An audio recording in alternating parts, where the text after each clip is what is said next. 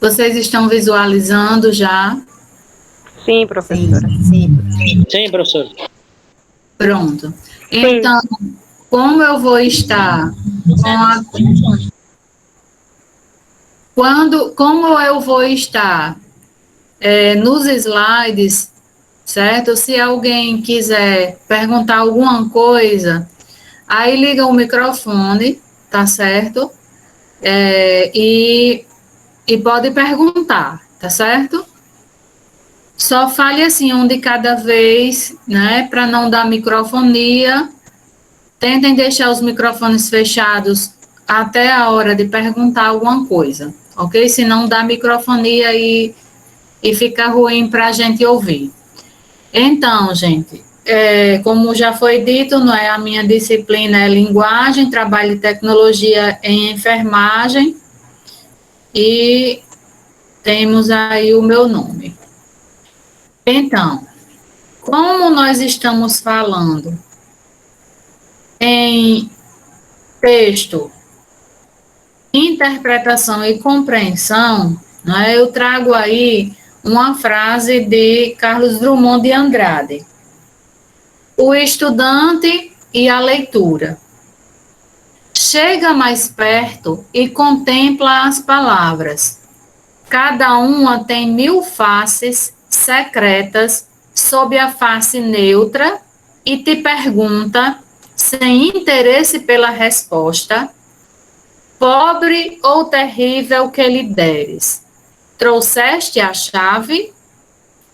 Então, para que a gente possa entender, compreender, né, nós precisamos não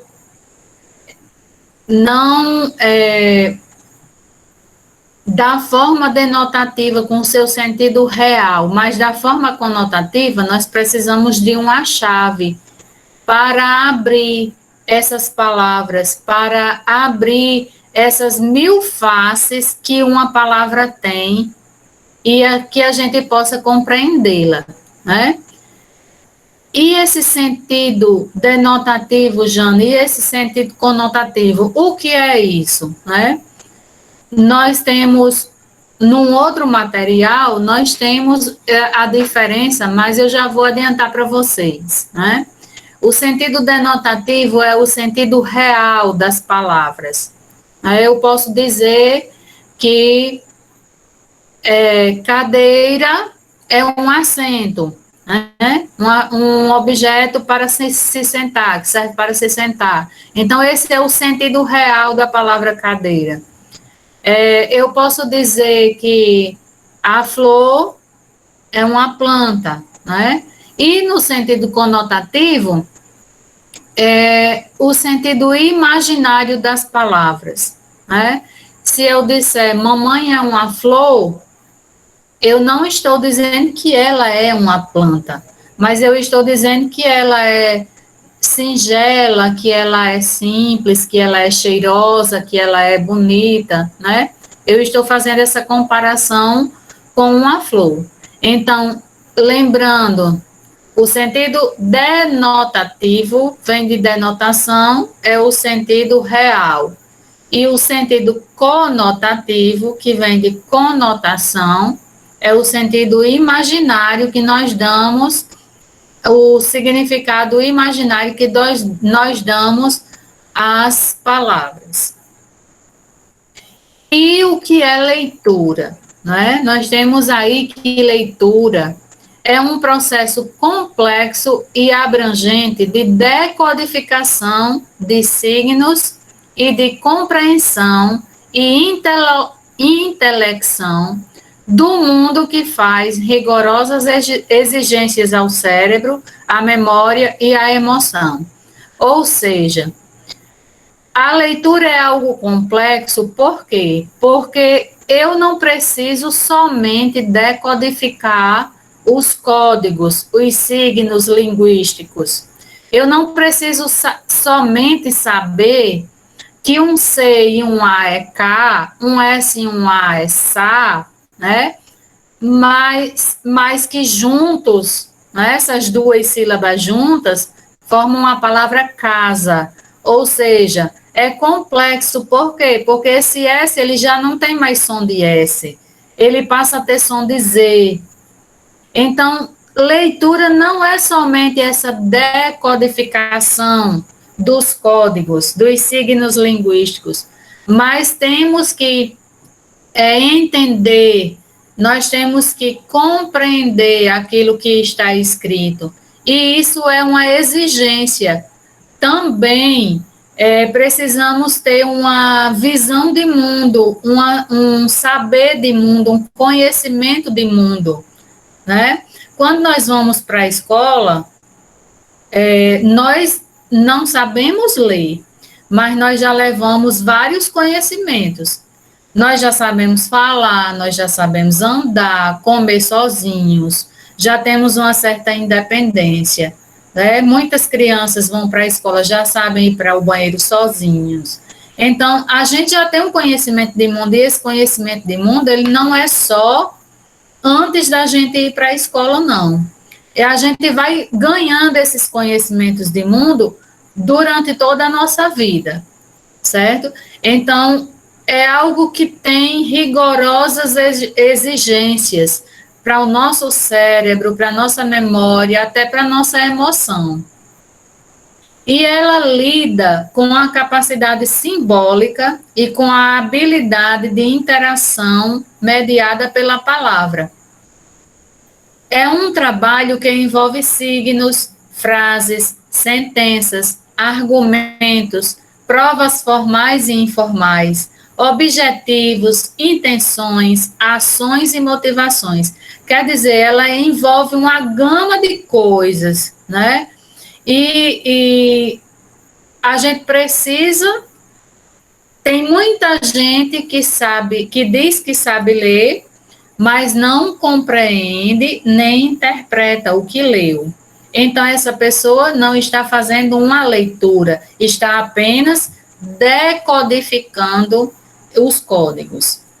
E ela envolve elementos da linguagem, mas também as experiências de vida dos indivíduos, né? Então, é complexo, né? É abrangente,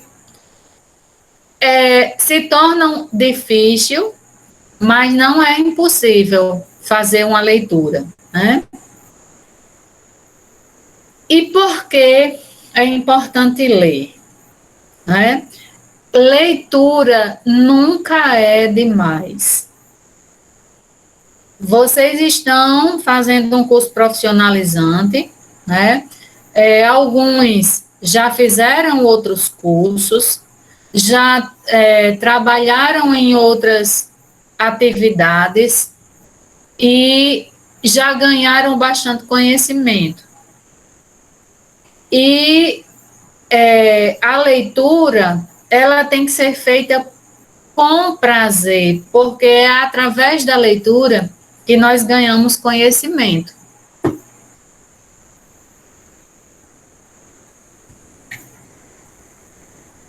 Essa leitura, ela se constitui num dos fatores decisivos do estudo. Não se estuda sem ler, né? E é algo imprescindível em qualquer tipo de investigação científica. Se você vai procurar uma informação, a leitura lhe traz.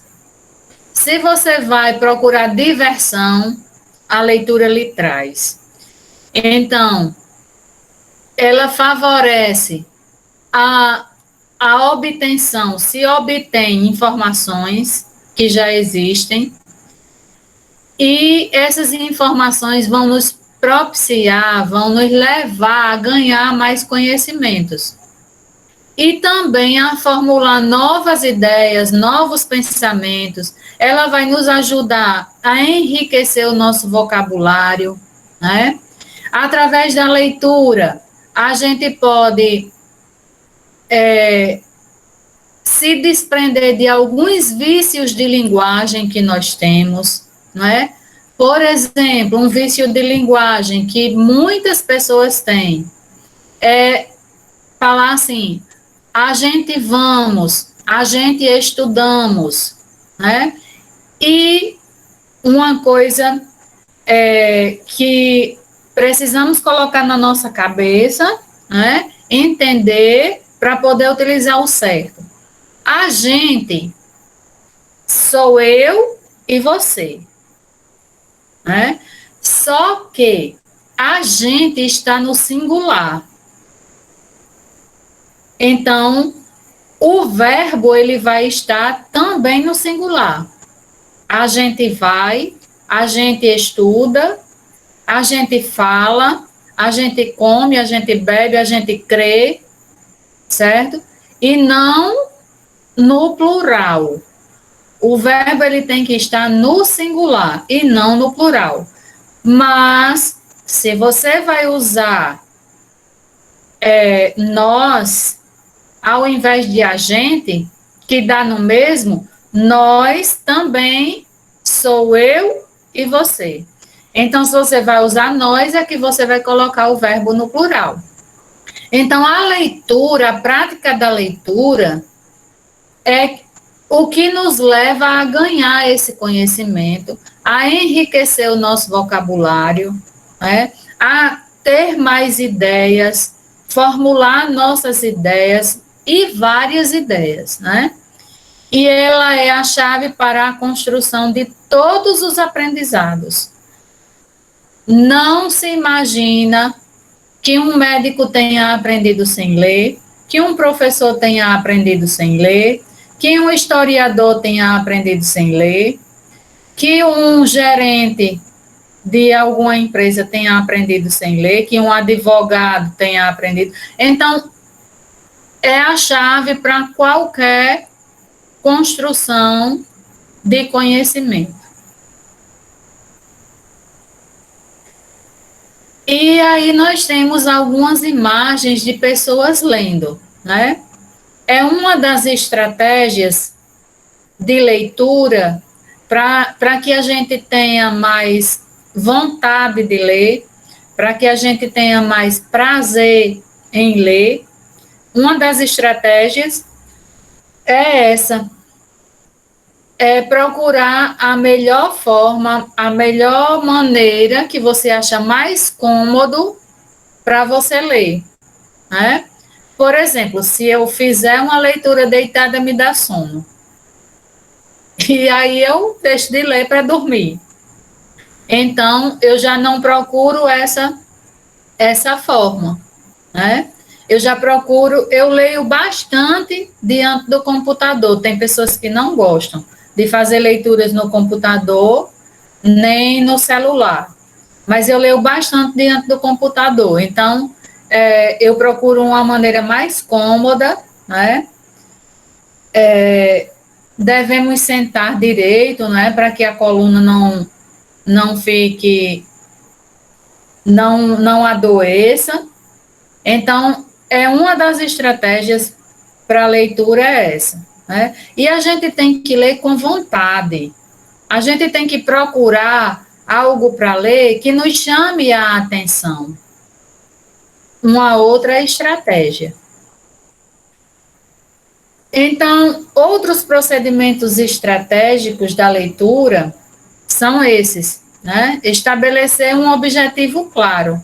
Porque para que eu vou ler, né? Eu vou ler uma informação para me informar, né? Já é um objetivo claro. Identificar e sublinhar com lápis as palavras-chave. Eu preciso ver quais são as palavras mais importantes nessa leitura. Tomar notas, eu preciso escrever o que é importante. Preciso estudar o vocabulário, por quê? Porque na hora da minha leitura eu vou encontrar palavras que eu não conheço. Então, eu preciso ir lá no dicionário, ver qual é o significado daquela palavra, para que dessa forma o meu vocabulário seja enriquecido. Porque se eu souber o significado, eu vou passar a usar aquela palavra.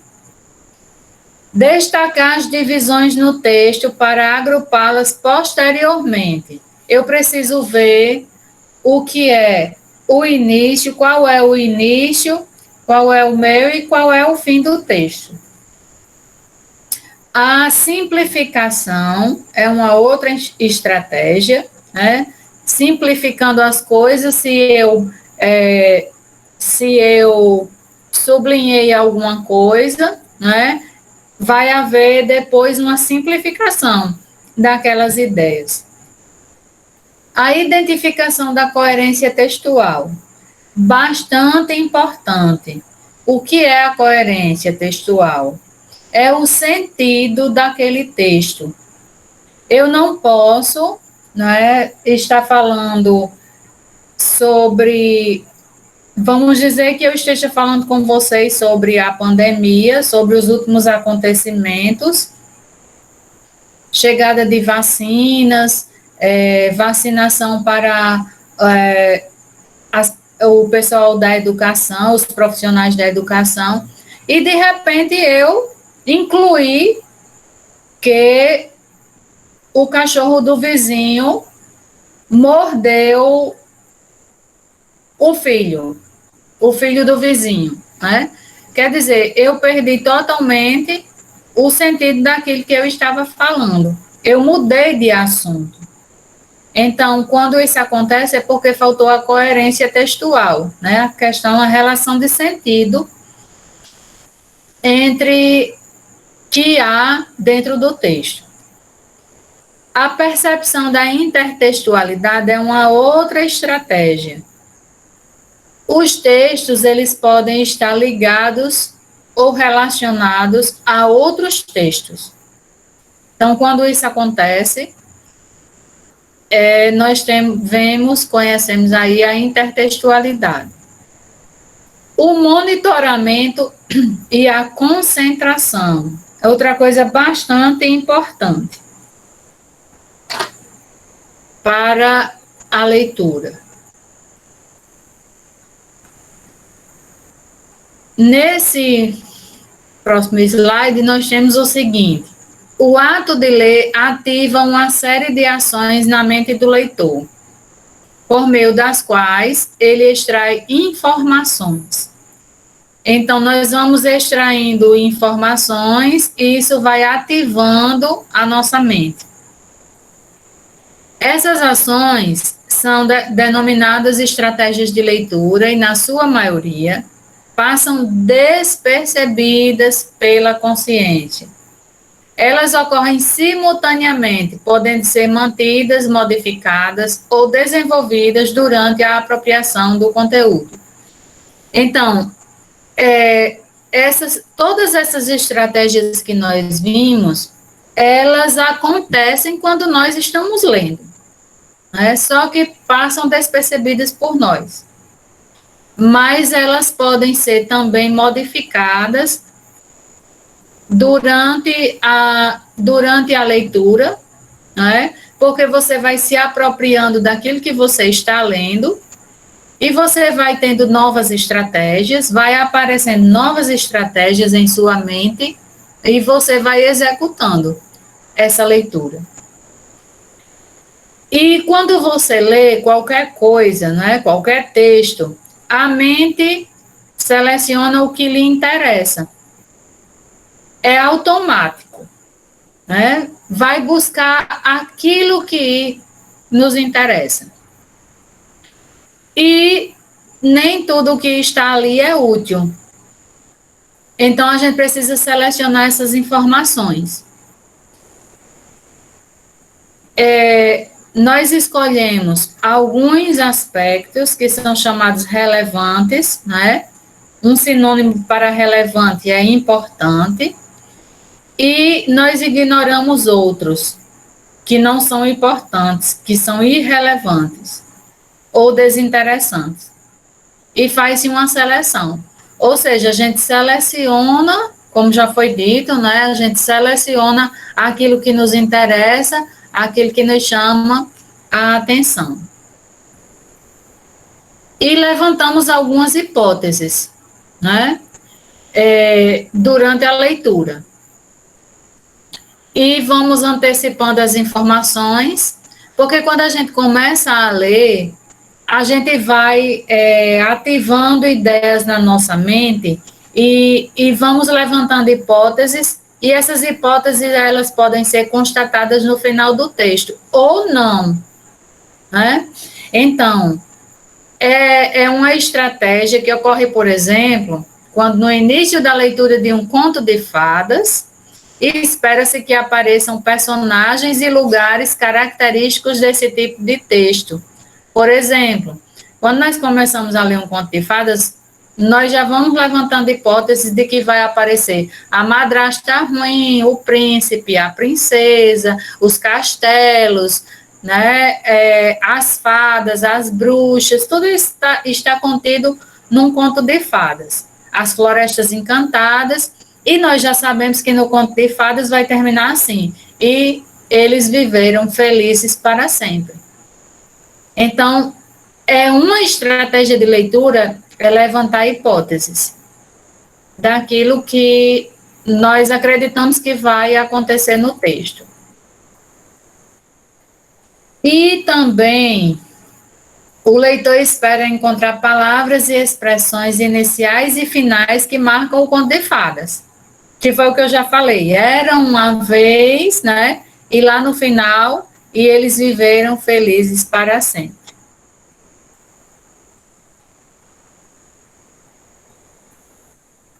Uma outra estratégia de leitura são as inferências. E o que é isso? São os complementos que o leitor fornece ao texto a partir dos seus conhecimentos prévios. Nós vamos inferindo do que nós estamos lendo, né, algumas informações, e isso faz parte do que nós já sabíamos sobre o texto, né? Por exemplo,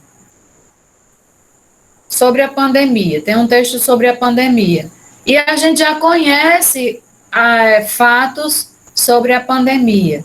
Então, nós vamos inferindo coisas que estão naquele texto, porque nós já conhecemos sobre o assunto.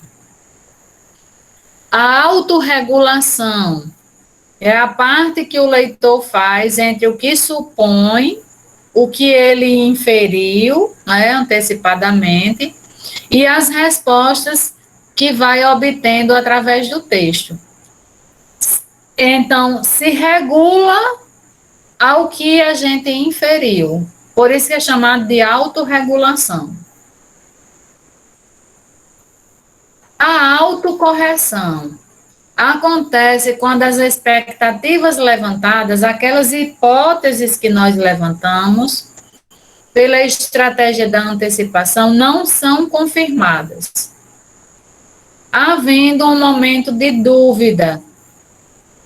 Chega um momento, estamos fazendo uma leitura. Chega um momento que a gente duvida daquilo que a gente pensou que fosse encontrar no texto. Então, isso aí chama-se autocorreção. Então, o leitor, ele vai repensar a hipótese dele, né, a hipótese que ele levantou, e vai construir outras hipóteses, e aí retoma a leitura do texto. Isso acontece também quando nós lemos uma palavra errada. Por exemplo, tinha lá semicírculo. Nós lemos semicírculo de forma errada. E aí, quando a autocorreção acontece na nossa mente, no nosso interior, nós voltamos lá e fazemos a leitura certa da palavra.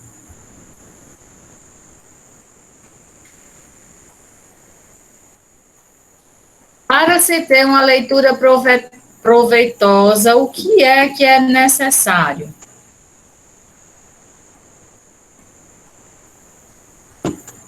Atenção e reflexão. Nós precisamos ler atentamente, muitas vezes, para que a gente possa fixar o que a gente leu, é necessário ler umas 3 vezes. Se nós não estivermos com a cabeça boa naquele dia, como a gente fala, né, a gente não consegue fixar o que a gente leu. Então, é necessário muita atenção, é necessário refletir sobre o que se lê, observando tudo o que está no texto, todos os ângulos, né? Tentando descobrir novos pontos de vista. Às vezes o autor traz um ponto de vista e nós discordamos desse ponto de vista. Então nós vamos refletindo e vamos formando um novo ponto de vista. Precisamos ter um espírito crítico, que é quando nós vamos julgar o que está sobre o que está escrito, comparar, aprovar ou não, aceitar ou não, né? Aceitação ou refutamento, que refutamento nada mais é do que a não aceitação das colocações e pontos de vista do autor. E esse espírito crítico, ele nos permite perceber o que está bom, o que é verdadeiro, o que não está bom, o que é fraco, o que é medíocre, o que é falso, né, o que é supérfluo na leitura. E ler com o espírito crítico significa ler com reflexão, algo que faz parte do ponto anterior, né? A reflexão. E discutir sem raciocínio, nem raciocínio sem examinar. É emitir um juízo de valor.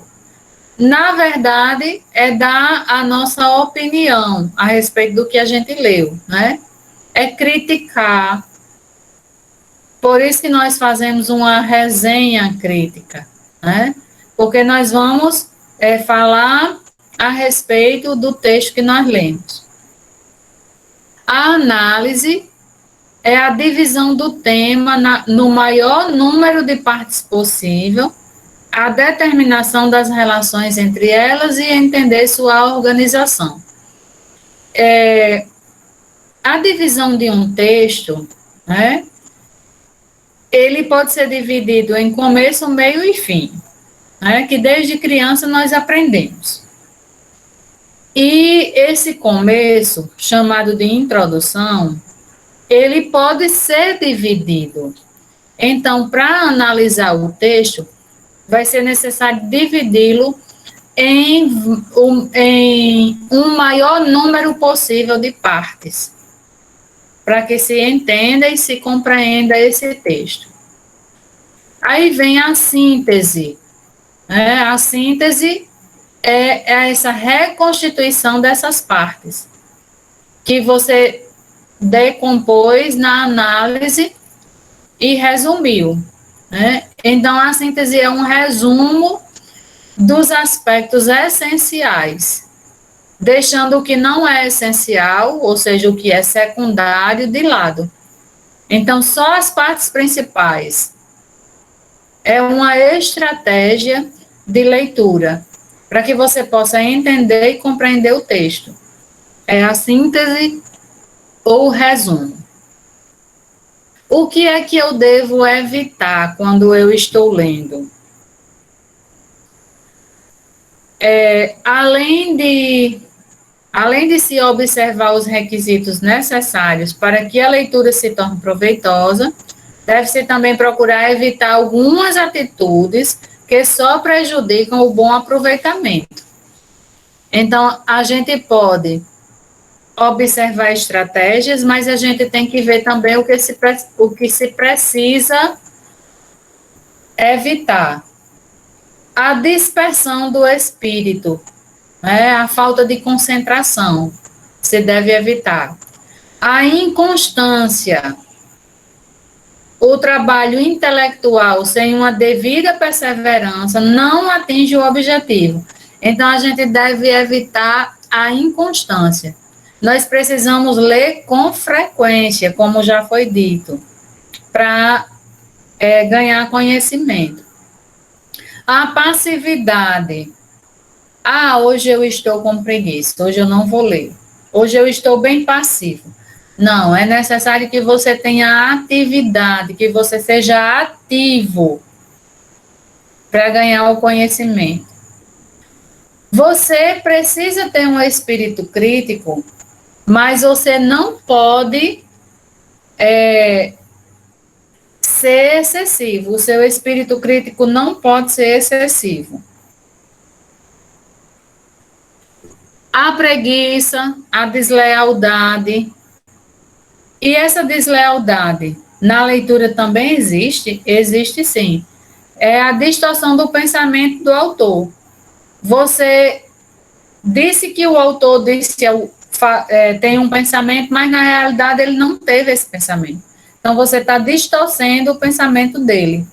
E isso é uma deslealdade e tem que ser evitado.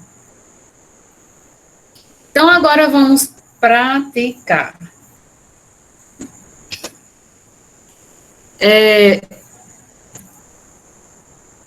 Alguém poderia, por favor, começar a fazer a leitura desse texto? O presidente tem razão, de Luiz Fernando Veríssimo.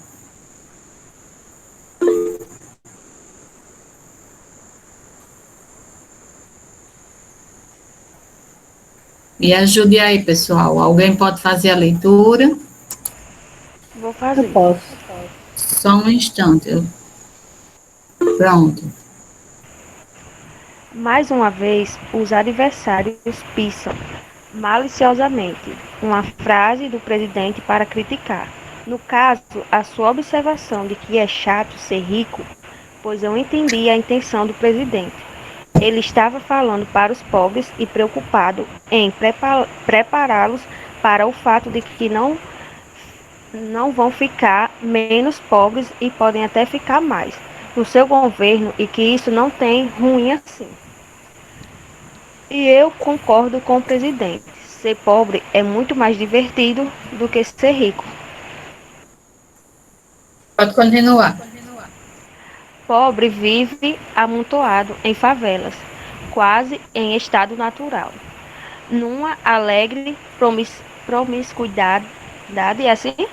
Isso. Que rico só pode invejar. Muitas vezes o pobre constrói sua própria casa com papelão e caixotes. Quando é que um rico terá a mesma oportunidade de mexer assim com o barro da vida, exercer sua criatividade e morar num lugar que pode chamar realmente seu da sua autoria, pelo menos até ser desejado?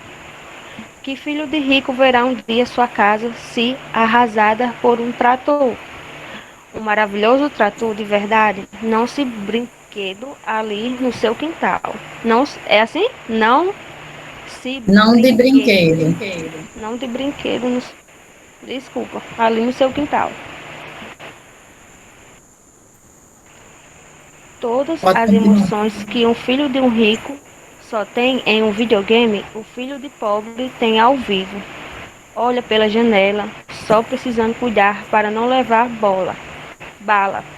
Mais de um rico obrigado a esperar de 10 minutos para ser atendido por um especialista, aqui ou no exterior. Folheando um National Geographic de 1950, deve ter suspirado e pensado que se fosse pobre, aquilo não estaria acontecendo com ele, de se chateando daquela maneira. Ele estaria numa fila de hospital público desde madrugada, conversando animadamente com todos à sua volta, lutando para manter seu lugar, xingando o funcionário que vem avisar que as senhas acabaram e que é preciso voltar amanhã, e ainda podendo assistir a uma visita teatral do Serra ao hospital, o que é sempre divertido. Em vez de se chateando daquela maneira, e pior, com todas as suas privações, rico ainda sabe que vai viver muito, mais do que pobre, ainda mais neste modelo, e que seu tédio não terá fim. Em fé, Aga tem razão, é um inferno. Muito bem. Então, gente, o que é que nós podemos concluir desse texto?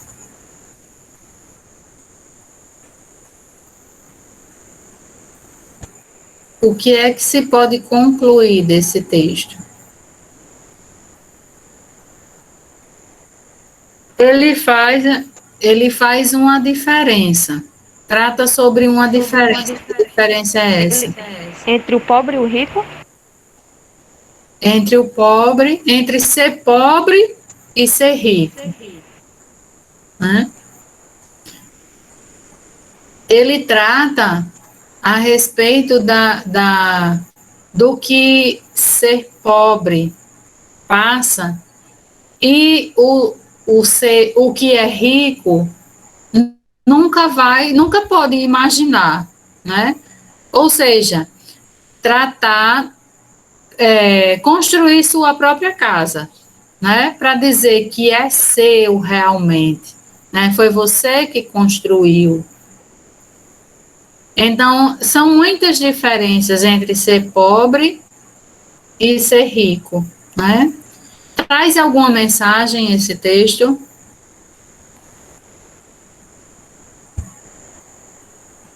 Eu acho que traz.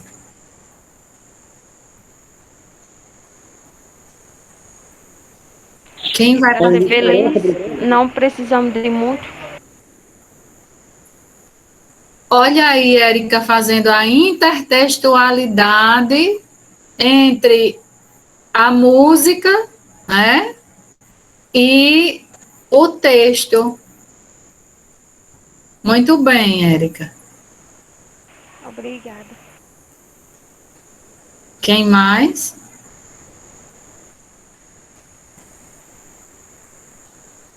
Vamos lá, gente.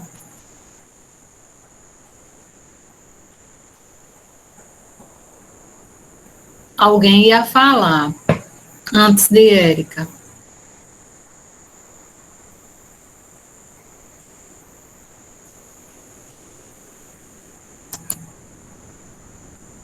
Estou esperando.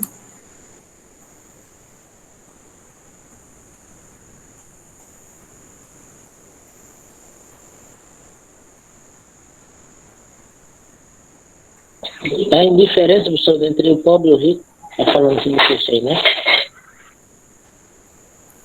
A diferença, como é, Aldeci? Que o pobre ele tem a capacidade de construir a casa, né? E o outro tem a riqueza, mas não tem a coragem de fazer. Isso.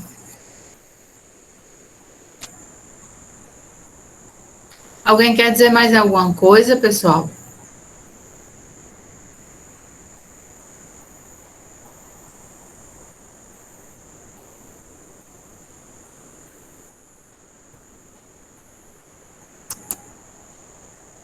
Então, vamos à discussão e a diferença entre compreensão e interpretação de texto. Percebe-se uma confusão elementar entre interpretação e compreensão, muitas vezes apresentadas como sinônimas. Não é sinônimas, tá certo? Não são sinônimas essas palavras. Interpretação tem um significado e compreensão tem outro.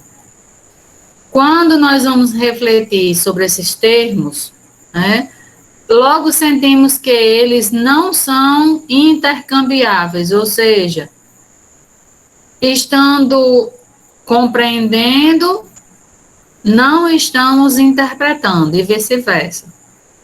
É necessário entender quais são as distinções existentes entre os termos e usar estratégias de leitura para assimilar as informações verbais e não verbais.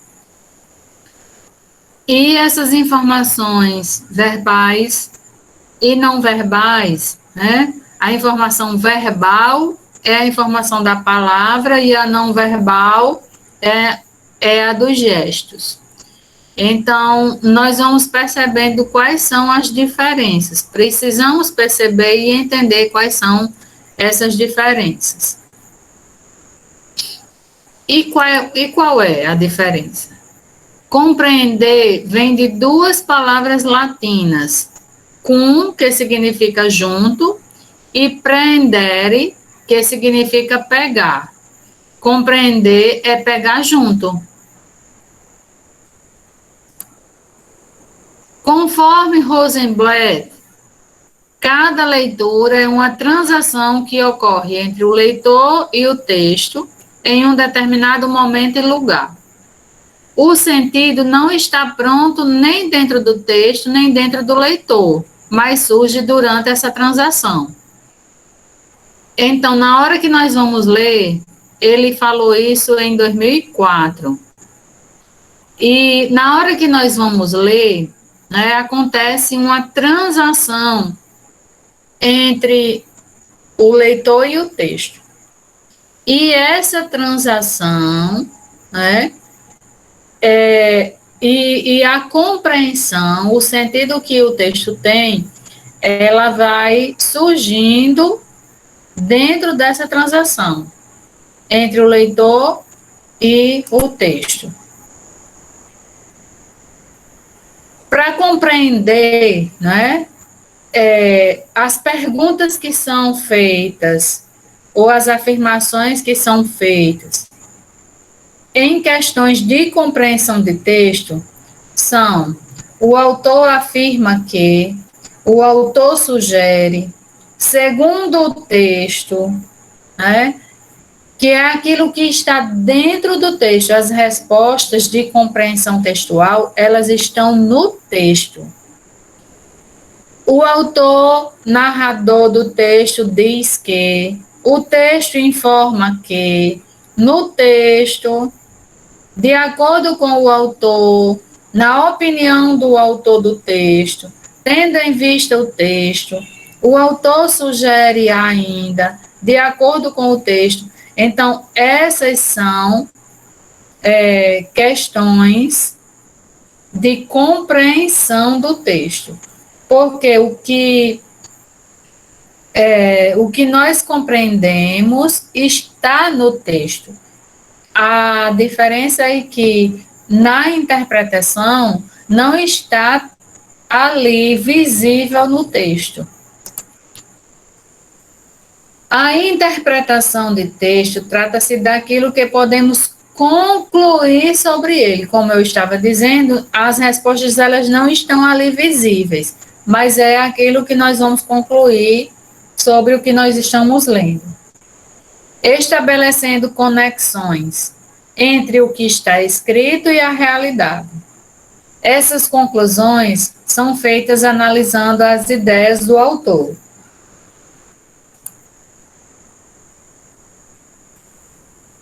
A interpretação de um texto, ela requer a existência de conhecimento prévio quanto ao assunto ou conceito abordado no texto. Então, para que se possa interpretar, é necessário conhecer sobre o assunto. Isso vai acontecer se nós estivermos, como o exemplo que eu já falei, fala o texto sobre a pandemia, sobre o coronavírus. Então, a gente já tem um certo conhecimento a respeito desse texto. Então, a interpretação dele fica mais fácil. A apreciação pessoal e crítica por parte do leitor, já que, de alguma forma, a interpretação sempre depende das considerações feitas por quem está lendo o texto. Então, está aí um quadro, né, que nós vemos o que é a compreensão e o que é a interpretação, a informação que a compreensão traz e que a interpretação traz, e a análise também das duas. Compreensão analisa analisa estritamente o que está escrito no texto, como eu já falei, compreendendo de forma objetiva as frases e ideias presentes. Já a interpretação é aquilo que se conclui sobre o texto, é a maneira que o leitor interpreta o conteúdo. A informação na compreensão está presente no texto. Já na interpretação, ela está fora do texto, mas possui forte conexão com ele. A análise na compreensão preza pela objetividade. Já na interpretação, trabalha com a subjetividade. Não está claro, não tem um objetivo claro. É a questão da subjetividade. As estratégias para a compreensão e a interpretação do texto, nós precisamos ler atentamente, ativar a ativação dos conhecimentos prévios, aquilo que a gente já sabe a respeito do texto.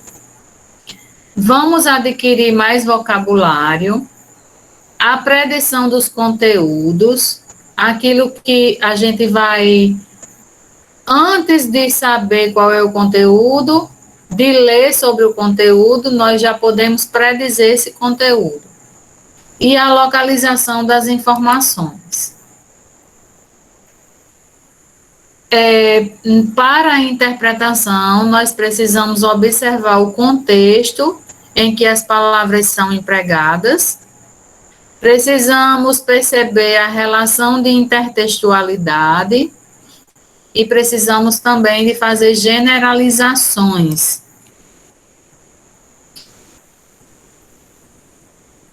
Então, nós temos mais uma prática aí, tá certo? Mais uma prática. Nessa frase aí, não existe essa coisa de 1 ano sem cena, 2 anos sem cena. Não há calendário para a saudade. Quem disse isso foi Adriane Galisteu.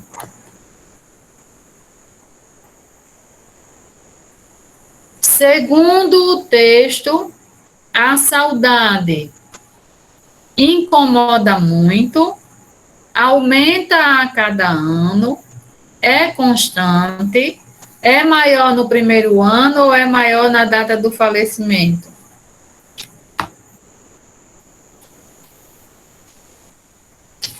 Professora, você pode voltar ao slide? Posso. Não existe essa coisa de 1 ano sem cena, 2 anos sem cena. Não há calendário para a saudade.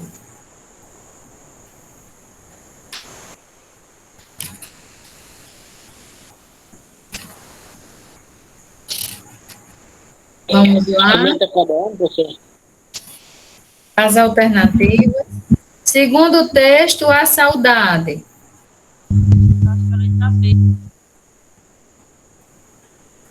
Qual é a resposta? Eu acho que é a C, que é constante. Eu acho que é a C.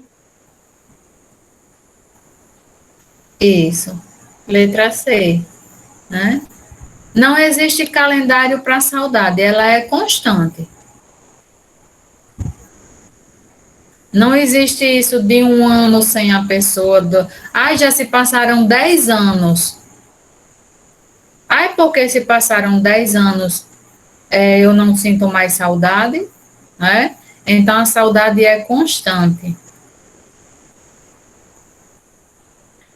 A repetição da palavra não, nessa mesma frase, ela exprime dúvida, convicção, tristeza, confiança ou esperança? Ela diz, não existe essa coisa de 1 ano sem cena. Acho que 2 esperança. anos sem cena. Não há calendário para a saudade. Essa palavra não, aí, ela exprime o quê? Eu acho que é a letra B. Acho que é Acho convicção. que é a letra B. É a letra B. Bem também. Nós também, estou conversando nessa daí. Letra B, convicção. Muito bem, vocês estão afiados. Analise esse texto. Quem é morto sempre aparece. E no pé tem noites de terror. Noites do terror. Prestem atenção aí, eu não vou passar agora. Tem um pezão aí com a plaquinha Noites do Terror. E diz assim: quem é morto sempre aparece. Eu acho que fala da saudade, né, professora? Que sente. Vamos à questão, posso passar? Pode. O anúncio publicitário, que é um tipo de gênero textual, certo? Existem vários gêneros textuais, e o anúncio publicitário é um deles. Está intimamente ligado ao ideário de consumo quando sua função é vender um produto. Porque o anúncio publicitário, ele tem o poder, vamos dizer assim, de persuadir alguém a comprar alguma coisa. No texto apresentado, utilizam-se elementos linguísticos e extralinguísticos para divulgar a atração Noites do Terror de um parque de diversões. O entendimento da propaganda requer do leitor a identificação com o público-alvo que se destina o anúncio, para você poder entender essa propaganda, você precisa de quê? A identificação com o público-alvo a que se destina o anúncio, a avaliação da imagem como uma sátira às atrações de terror, a atenção para a linguagem da parte do corpo humano selecionada aleatoriamente, o reconhecimento do intertexto entre a publicidade e um dito popular, ou a percepção do sentido literal da expressão noites do terror, equivalente à expressão noites de terror. Passando aqui para essa alternativa D. Qual é o dito popular que nós podemos fazer a intertextualidade com esse anúncio publicitário? Seria quem é vivo sempre aparece. Quem é vivo sempre aparece. Muito bem. No anúncio publicitário tem essa frase, mas fazemos a intertextualidade entre o dito popular, que fala assim, quem é vivo sempre aparece. Lembra desse dito popular? É isso que eu ia falar. Sim, Então, para entender esse anúncio, o que é que nós precisamos, o que é que requer de nós? Será que é a atenção, professora? Eu acho que é a D.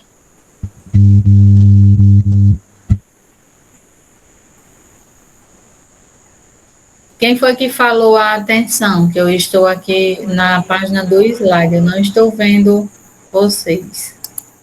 Foi eu, Érica. Sim. Por que você acha que é a atenção, Érica? Porque lá no começo do assunto a senhora falou que pra gente, mais ou menos assim, pra ler a gente tem que entender. E pra entender a gente tem que prestar atenção. Uhum. Mas não é a letra C.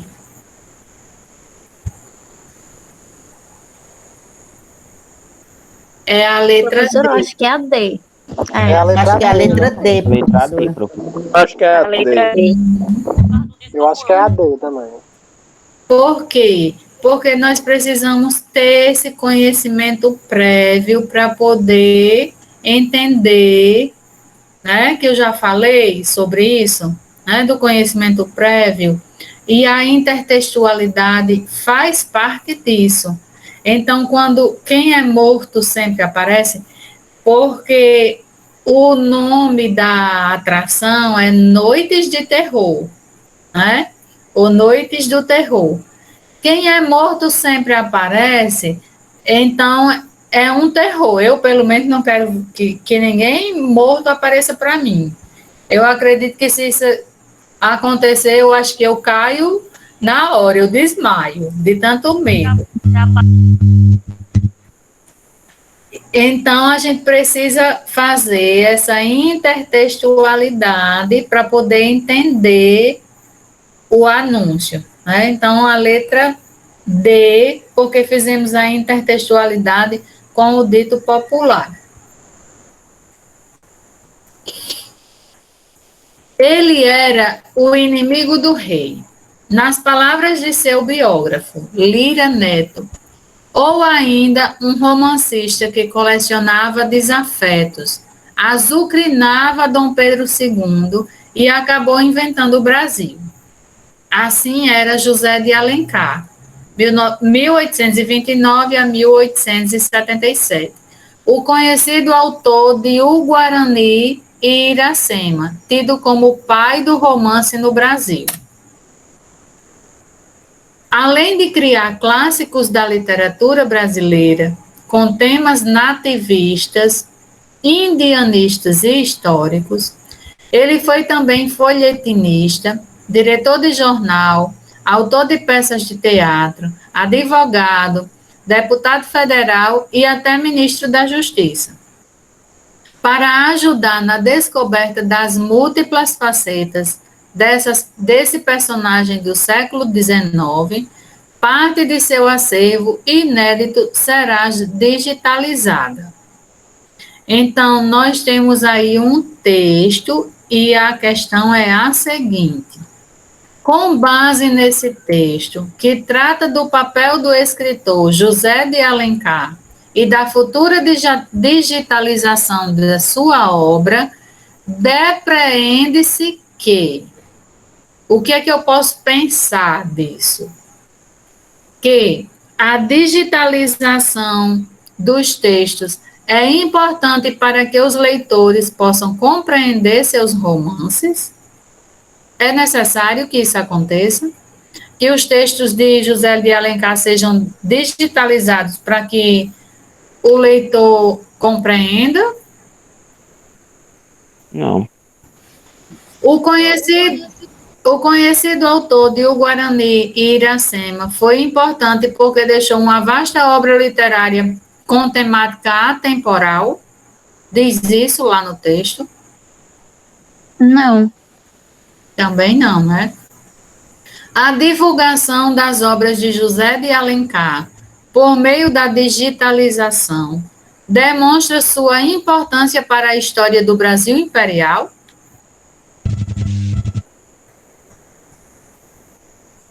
Sim ou não?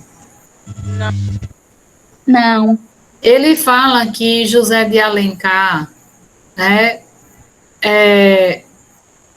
azucrinava Dom Pedro II e acabou inventando o Brasil.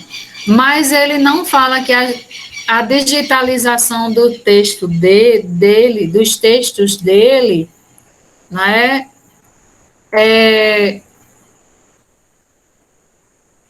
que por meio dessa digitalização demonstra a importância dele para a história do Brasil, não. Né? Letra D. A digitalização dos textos de José de Alencar terá importante papel na preservação da memória linguística e da identidade nacional. A digitalização desses textos dele terá importante papel na preservação da memória linguística e da identidade nacional. Ou a letra E. O grande romancista José de Alencar é importante porque se destacou por sua temática indianista. Eu acho que é a D. É a D. Eu também acho que é a D. D. Porque falando sobre a E, não é? Ele não foi importante só porque ele trabalhava a temática indianista. Ele trabalhava a temática nativista também, né? E a temática nativista, a temática indianista e a temática histórica. Ele foi também folhetinista, então ele também não foi só escritor, né? Então só sobra a alternativa D, que ela terá papel importante na preservação da memória linguística e na identidade nacional de José de Alencar. Então, só para fazer aí uma retomada, certo? Do que já foi visto sobre compreensão e interpretação, a compreensão textual sucede os mesmos passos da interpretação textual. No entanto, o momento da diferenciação se dá na proposição da questão. Enquanto a compreensão fará referência ao que está no texto, a interpretação fará referência à informação coletada a partir da leitura do texto. Foi o que eu já falei para vocês, que a compreensão é o que está no texto e a interpretação é o que está além do texto.